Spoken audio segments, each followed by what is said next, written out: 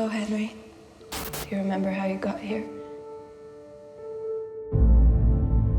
This next part might hurt.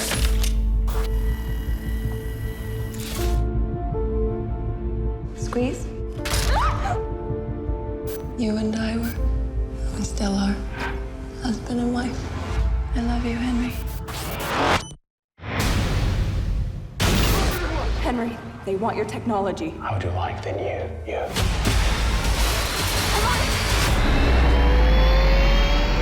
Altitude. The Altitude. chute! Hold the chute! Hold on, Henry! So I saw this movie last night with my friend, and we walked out with similar opinions and dissimilar opinions. We both agreed it was one of the best and most, one-of-a-kind films that we've ever seen. But we didn't agree on how, I'm very meticulous. I like to pick things apart. I like to know how you guys accomplish stuff like this. But he, on the other hand, likes, the magic of not knowing. And so, when you're watching movies, which do you prefer, and how do you want your audiences to watch this movie? Do you want them to be in awe from not knowing, or do you want them to respect the craft by knowing how you guys did it? I like witchcrafting. I like when I don't know how it's made. If it's mystery for me, I like it more. I like to just be immersed emotionally in the film.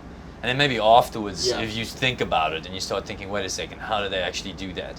But I don't like to be actually watching something and thinking, especially because that's what I do for a living. So if a movie can actually make me stop thinking and just immerse me, then I'm relieved. It's a big deal. Yeah. It's a successful film. For me, it's I'm kind of close to Sharlto's. The magic should be there, because if you're thinking about it, that is a sign that that something's not holding on to you. But with this one, I think with Hardcore Henry, the idea is that first you're going because you're like, wow, and you're there and you're immersed, and then you can be like, how did they actually do it? And I think both approaches work. I mean, whatever works for whoever is watching. I don't think it's a right or wrong way.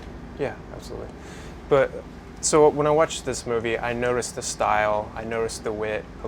I laughed so hard when you did the jumbled subtitle text at the bottom. That a great? That was a great idea. That was a good idea right there. I said to him the first time I saw it, I said, dude, well done, that's just too good. Yeah, love that. But do you think it's lazy filmmaking when you watch something and you don't notice those sorts of things? There's no right or wrong way to tell a story. Well, it probably is. I agree. But I mean on that. I love films that you don't have to be overly stylized. Like The End of the Tour is my favorite film of last year. Yeah. And that was pretty sort of very low-key and basic, and it rested on two great performances. I don't need it to be POV or flashy. There's no. I think I love spectacle movies. I love small dramas. As long as the film is great, there's no genre or no technique that's beyond or below what I want. So when you go into something like this, and it's virtually uncharted territory. I mean, there's a short, and I've seen other people do the POV thing, but where do you find the faith to kind of pull this off? Because I mean, it's more than just like you leading it or you coming in and finding it and you acting in it. It's very collaborative. It's all on. You all depend on each other. Absolutely. For me, the music video was a key part of that faith. I think for you too. For me, no, and also my first conversation with Ilya, because I just found that he has a taste, and it's really important for the big movie. And for me, it was the video talking. I knew Timur from before, and I hadn't worked with him. And meeting Ilya and talking with Ilya first, I realized there's a personality type. You need to do this. This is going to be like going back to sort of film school. It's going to remind me of the first movies I ever made in my life when I was in high school. I just knew that in the sense of there's going to be tough, and it's going to be you have limited money, so you need the right personality. And when I spoke to him, I was like, this is a guy with a personality that can lead, and is going to be able to push through the really hard times that are coming, and it really was for both of us at various times. But I think we had the right personalities across the three of us. I spoke to him. I was like, this is not like some little artist that's I've got this idea. He's a real sort of leader of men in a lot of ways with both these guys.